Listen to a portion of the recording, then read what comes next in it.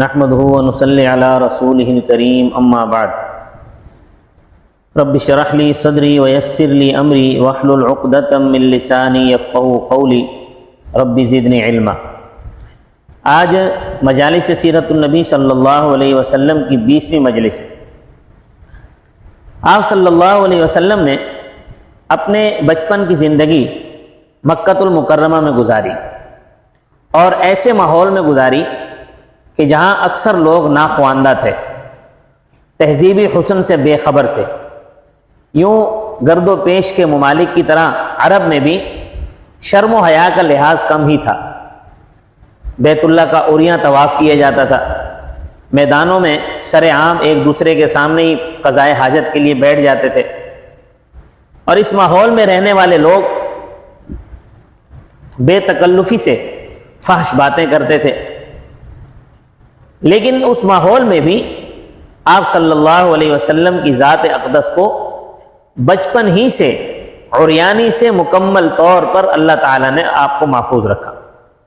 آپ کے حسن کردار کی یہ حالت ہے کہ ابو سعید خدری رضی اللہ تعالیٰ عنہ کی ایک حدیث میں آیا ہے کہ آپ صلی اللہ علیہ وسلم پردہ دار کنواری لڑکی سے بھی زیادہ صاحب حیا تھے، یعنی حیا کی صفت آپ صلی اللہ علیہ وسلم میں بچپن ہی سے موجود تھی۔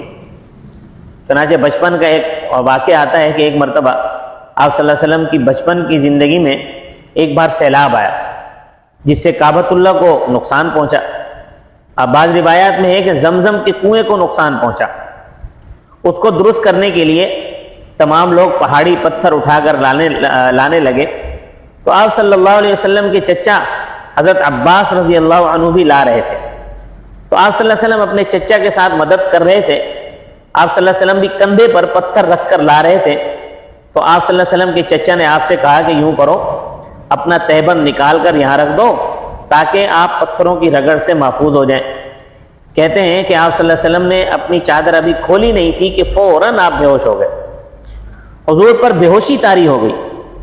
آپ جیسے ہی ہوش میں آئے آپ کہہ رہے ہیں ازاری ازاری، میرا تہبند میرا تہبند۔ پھر آپ صلی اللہ علیہ وسلم نے اپنا تہبند خوب اچھی طرح سے کس کر باندھ لیا۔ یہ اللہ تعالیٰ کا نظام ہے۔ اللہ تعالیٰ نے آپ کو محفوظ رکھنا تھا، آپ کے جسم مبارک کو عریانی سے محفوظ رکھنا تھا۔ یہ اللہ تعالیٰ کی طرف سے تحفظ کا ایسا عجیب نظام تھا کہ جس عریانی کو لوگ معمولی سی بات سمجھتے تھے، اس کے خلاف آپ صلی اللہ علیہ وسلم کے دل میں اتنی شدید نفرت بڑھتی گئی۔ اور الحیاء من الایمان، حیا کی ایسی پاسداری آپ صلی اللہ علیہ وسلم کے دل میں ڈال دی گئی کہ وہ آپ صلی اللہ علیہ وسلم کی سیرت مقدسہ کا سب سے قیمتی جوہر بن گیا۔ اور آپ صلی اللہ علیہ وسلم نے امت کو اس حیا کی تعلیم دی ہے۔ فرمایا ان لکل دین خلقا وان خلق الاسلام الحیاء، بے شک ہر دین کا ایک خلق ہوتا ہے اور اسلام کا خلق حیا ہے۔ ساری تعلیمات کا محور حیا ہے، لہذا آپ صلی اللہ علیہ وسلم نے فرمایا الحیاء من الایمان، حیا ہے تو ایمان ہے۔ حیا اصل میں ایمان ہی کا ثمرہ ہے۔ حیا ہی علامت ہے کہ یہاں ایمان بھی ہے۔ حیا نہیں تو اس بات کی نشانی ہے کہ اس کے پاس ایمان نہیں ہے، یعنی دونوں جڑواں ہیں۔ جہاں ایمان ہوگا وہاں حیا ضرور ہوگی، جہاں حیا ہوگی وہاں ایمان بھی ضرور ہوگا۔ اگر حیا نہیں ہے تو اس کا ایمان کا درخت بجھ چکا ہے۔ اسلامی معاشرے کی تعمیر میں حیا کا سب سے اہم کردار ہے، اسی لیے آپ صلی اللہ علیہ وسلم نے حیا کے تحفظ کے لیے بہت زور دیا ہے، اس کی حفاظت کی بہت ترغیب دی ہے کہ اپنے اندر حیا پیدا کرو۔ اور یہ تو وہ سنت ہے جس کے بارے میں آپ صلی اللہ علیہ وسلم نے فرمایا 4 چیزیں ایسی ہیں جو انبیاء کی سنت ہے، ان میں سے ایک حیا ہے۔ تمام انبیاء اکرام علیہ السلام با حیا ہوا کرتے تھے۔ حضرت موسیٰ علیہ السلام کے بارے میں آتا ہے کہ جب مصر سے مدین گئے، وہاں پہنچے تو کچھ لوگ پانی بھر رہے تھے، 2 بچیاں بھی آئیں جو دور کھڑی ہو گئی۔ آپ نے ان سے برتن لے کر ان میں پانی بھر کر ان کو واپس دے دیا۔ یہ دونوں بچیاں حضرت شعیب علیہ السلام کی صاحبزادیاں تھیں۔ جب وہ گھر گئیں تو انہوں نے اپنے والد سے ذکر کیا کہ ایک شخص تھا جس نے ہمیں پانی بھر کر دیا اور بہت متقی انسان لگ رہا تھا۔ شعیب علیہ السلام نے فرمایا جاؤ ان کو بلا کر لے آؤ۔ چنانچہ شعیب علیہ السلام کی وہ بچی آئی اللہ تعالیٰ نے ان کے آنے کا ذکر قرآن میں کیا ہے اور ان کے وصف کا ذکر بھی کیا ہے. فرمایا فجاءت احداهما تمشي على استحياء قالت ان ابي يدعوك ليجزيك اجر ما سقيت لنا. اتنے میں ان دونوں عورتوں میں سے ایک ان کی طرف شرم و حیا سے چلتی ہوئی آئی, کہنے لگی کہ میرے باپ آپ کو بلا رہے ہیں تاکہ آپ نے ہمارے جانوروں کو جو پانی پلایا ہے اس کی اجرت دیں. تو اللہ تعالیٰ کے ارشاد مبارکہ ہے کہ وہ بچی حیا کے ساتھ چلی آ رہی تھی, یعنی اس بچی کے چلن میں حیا تھی, حیا کے ساتھ گفتگو کر رہی تھی, اس کی گفتگو میں حیا تھی. تو جس انسان کے اندر حیا ہو اس کے چلنے میں, اس کے بولنے میں, اس کے کردار میں حیا ہوتی ہے. اللہ تعالیٰ نے ان کے اس وصف کو ذکر کیا. یہ وصف اللہ تعالیٰ کو کتنا پسند آیا. جب شیطان انسان پر حملہ کرتا ہے تو اس کی سب سے پہلی کوشش یہ ہوتی ہے کہ اس کو بے حیا بنا دے.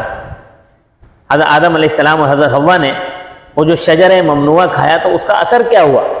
سورہ اعراف میں کہ جب دونوں نے اس درخت کا مزہ چکھا تو ان دونوں کی شرم کی جگہیں ایک دوسرے پر کھل گئیں اور وہ جنت کے کچھ پتے جوڑ جوڑ کر اپنے بدن پر چپکانے لگے. تو ان کے رب نے ان کو آواز دی, کیا میں نے تم دونوں کو اس درخت سے روکا نہیں؟ تم سے یہ نہیں کہا تھا کہ شیطان تم دونوں کا کھلا دشمن ہے؟ جب شجر ممنوعہ کھایا تو شیطانی اغوا کا سب سے پہلا اثر یہ ہوا کہ جنتی لباس اتر گیا, جنت کے پتوں سے اپنے جسم کو چھپانے لگے. تو شیطان سب سے پہلے یہ کام کرتا ہے کہ انسان کو بے حیا بناتا ہے. جو شخص ہمارے والدین کا دشمن ہو وہ ہمارا خیر خواہ کیسے ہو سکتا ہے؟ اللہ تعالیٰ نے اسی لیے فرمایا ان الشیطان لکم عدو فاتخذوہ عدوا. یاد رکھو شیطان تمہارا دشمن ہے, تم اسے دشمن جانو, اسے اپنا دشمن سمجھو. شیطان انسان کو سب سے پہلے بے حیا بناتا ہے. حضور صلی اللہ علیہ وسلم نے فرمایا اذا فاتک الحیاء فاصنع ما شئت. جب تم سے حیا ختم ہو جائے تو تمہارے دل میں جو آئے وہ تم کرو. آج سب سے بڑا طوفان ہمارے معاشرے میں بے حیائی کا ہے, اور یہ بے حیائی کا طوفان ہمارے معاشرے کی طرف متوجہ ہے. اس بے حیائی کا جس کا ہم تصور نہیں کر سکتے. اس کا مقصد یہ ہے کہ مومن کو بے حیا بنا دو گے, اس کے سامنے سے حیا ختم کر دو گے تو پھر اس کے لیے گناہ کرنا آسان ہو جائے گا. آج مغرب جس کلچر کو عام کر رہا ہے, جس تہذیب کو مغرب ہمارے اندر لا رہا ہے, اس میں سب سے زیادہ بے حیائی کو پھیلایا جا رہا ہے, بے حیائی کو عام کیا جا رہا ہے. آپ چاہے موبائل اٹھا لیں, انٹرنیٹ اٹھا لیں, ٹی وی کے ذریعے آپ دیکھ لیں, سب سے زیادہ جس چیز پر زور دیا جا رہا ہے وہ یہی ہے کہ مسلمانوں کو بے حیا کر دو. جب حیا چلی جائے گی تو پھر ساری گناہ کی چیزیں کرنا آسان ہو جائے گا. پہلے برقع اتار دیا, پھر چادر اتار دی, پھر دوپٹہ گلے میں لکیر کی طرح رہ گیا, اب وہ بھی اتر گیا. اور اب تو خواتین کا لباس ایسا ہو گیا ہے کہ جسم کا ایک ایک انگ اس میں سے چھلک رہا ہوتا ہے. تو یہ مغرب کی سب سے بڑی کوشش ہے, اور شیطان یہی چاہتا ہے کہ انسان بے حیا ہو جائے. آج کے ماحول میں ہماری بچیوں کا لباس کتنا چست ہوتا ہے, کوئی باحیا خاتون ایسا لباس پہننے کا تصور بھی نہیں کر سکتی. لیکن یہ لباس جو چست لباس ہے آج کی خواتین پہن کر فخر کرتی ہیں, ہماری بچی پہنتی ہیں, ہماری بچیاں پہنتی ہیں, تو ہم کہتے ہیں کہ ہم ترقی کی راہ پر گامزن ہیں. والد کو کہا جاتا ہے کہ ماحول اور زمانے کے ساتھ چلنا پڑتا ہے. اس کا تو مطلب یہ ہوا کہ جس طریقے پر ہم تھے وہ طریقہ غلط تھا. اگر وہ طریقہ غلط تھا تو پھر ہم نے کیوں اختیار کیا؟ پھر کھلی زبان سے کہہ دینا چاہیے کہ جو ہم نے طریقہ اختیار کیا ہوا تھا وہ غلط تھا. دین کی باتیں جو لوگ کر رہے تھے وہ سب فضول باتیں تھیں. اب تو زمانہ بدل گیا ہے, زمانے کے ساتھ چلنا چاہیے.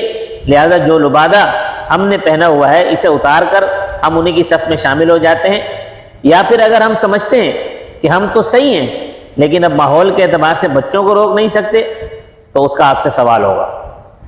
اپنے بچوں کی فکر کرو, اپنی حیا کی فکر کرو, اپنے بچوں کی حیا کی فکر کرو, معاشرے کو پاک دامن بناؤ, بے حیائی سے اپنے گھر اور معاشرے کو پاک کرو. اس لیے آپ صلی اللہ علیہ وسلم نے فرمایا الحیاء شعبۃ من الایمان, حیا ایمان کا حصہ ہے. لہذا اپنی اولاد کو, اپنے آپ کو سنبھالو, بے حیائی سے بچتے رہو. ہمارے نبی صلی اللہ علیہ وسلم کو اللہ تعالیٰ نے بچپن ہی سے بے حیائی سے محفوظ رکھا. نبی کریم صلی اللہ علیہ وسلم کی تعلیمات سے ہمیں حیا کا حکم ملتا ہے. حیا تو ہمارے ایمان کا حصہ ہے، جس میں حیا نہیں ہے اس میں ایمان نہیں ہے۔ اللہ تعالی ہمارے ایمان کی حفاظت فرمائے اور حیا والی صفت اللہ تبارک و تعالی تمام مسلمانوں کو نصیب فرمائے۔ وما علینا الا البلاغ المبین۔